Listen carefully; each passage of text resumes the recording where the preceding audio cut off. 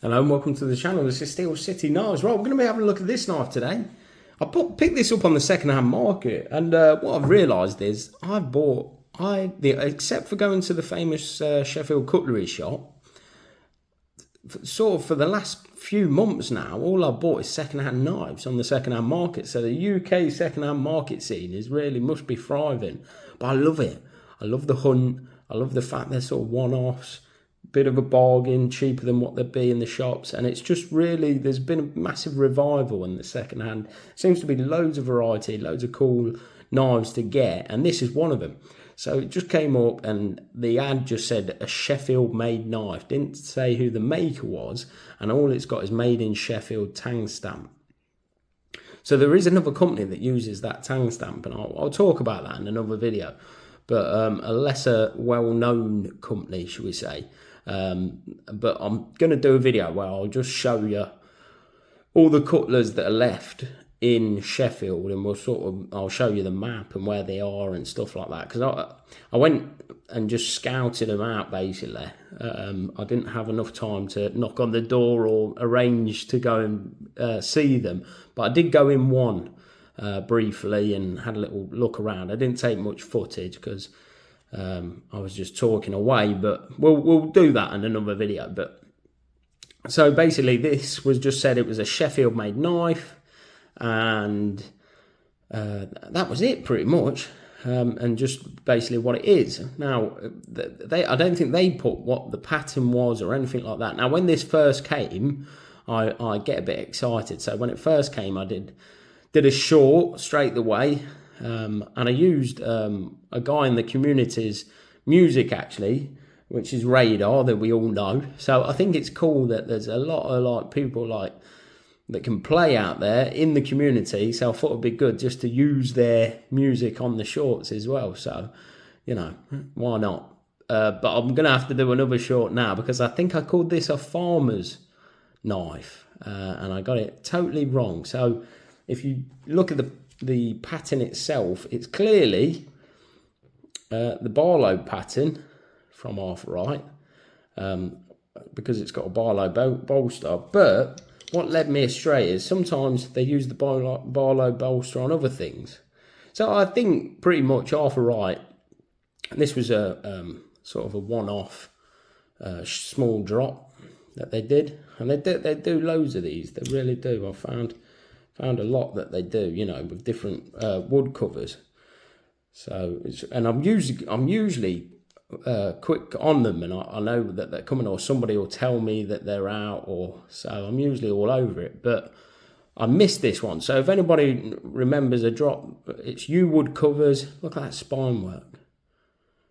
And look at the grain on this side, on the pile side. Beautiful. But yeah, I couldn't believe it. I got it for a reasonably good price. There is a slight bit of blade play, bit of side to side, and probably why I got it, or it was sold in the way it was. But is this an Ashley Harrison custom that he wasn't happy with, and he let it go for cheap? But yeah, really, it's a really high polished sheep's foot blade. But what I watched I was talking to Bakery Wizard about this knife, because he really likes, he's got the Barlow pattern with the sheep's foot blade, and that's what made, I watched that again. Of course it is. It's a Barlow pattern. So I'll have to do another short now, I think, but I might release both of them anyway. But I'm loving this firework, and I watched Paddy Potato Peeler's last knife he had from Ashley Harrison, and he did it was quite similar, but even more detailed firework on Paddy's. But I mean, this is what they've got in the repertoire. So this is Ashley Harrison's dad. I think his name's John. But look at this. So he can do the chasing where it's hand chiseled in. Obviously the liners are filed, but what a nice thing to have in your repertoire to be able to chuck on a knife. But they're definitely one to watch, I think, with they're doing work with other companies, and like I say, they do these small drops where they just put cool knife, different sort of knife covers on. I have to show the power side on this because it's brilliant wood. But yeah, I'm loving this. Loving this yew wood. Not got any knives with yew wood in. Really got that orangey tint, which a lot of, I think, yew wood does have.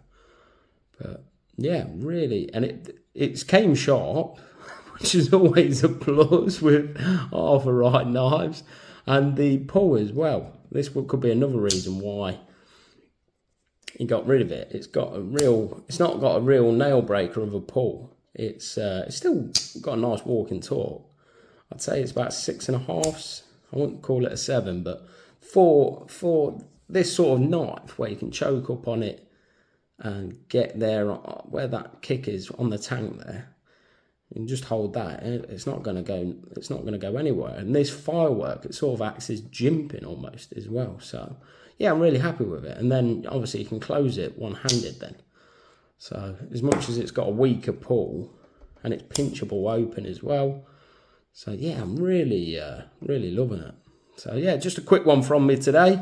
I just thought I'd show you this. I was talking to Bakery Wizard about this one. I just wanted to, looking forward to showing everybody. But yeah, I did a short and I thought it was a farmer's knife when it first come. But when you look at the farmer's knife, it sort of, it's a sway back, the farmer's, when this obviously curves inwards. But really nice knife in hand.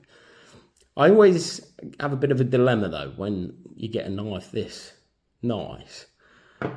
Is it going to be a collector's piece or is it going to be a user? So, and it's one of them really. I need to, and I've not been, so that's a user and that's got nice wood. Because that's the beauty of Arthur Wright knives. Because they're not, even though they're beautiful, they are stunning. They are really stunning. I've not used much of this twisted assisted one yet. I really need to, because when you do patina it up, it protects it as well, doesn't it? It protects that blade.